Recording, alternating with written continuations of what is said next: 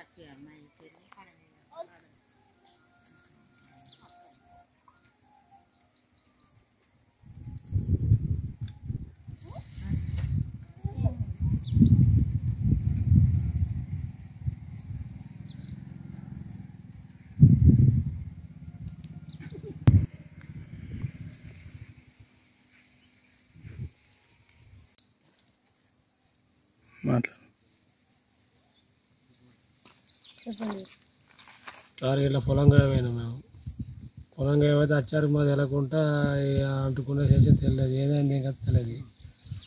1 లక్ష రూపాయలు మిరపకాయ పైసలు వచ్చి ఉండి అలా పెట్టి అవి కలిపినాయి. 2 తులాల బంగారం, 12 తులాల పట్టు గొలుసులు, 5 క్వింటాల లడ్లు, ఫ్రిడ్జు, కూలరు, టీవీ, ఫ్యాను, ఇక బండి కాగితాలు, పట్ట పాస్బుక్లు, ఆధార్ కార్డు అన్నీ ఇది కుల సభ్యకర్లు అవన్నీ కలిపేశారు. వచ్చారు తెలియదు. ఇక రాత్రి అది మేము వచ్చారు ఎట్లా జరిగిందో తెలియదు.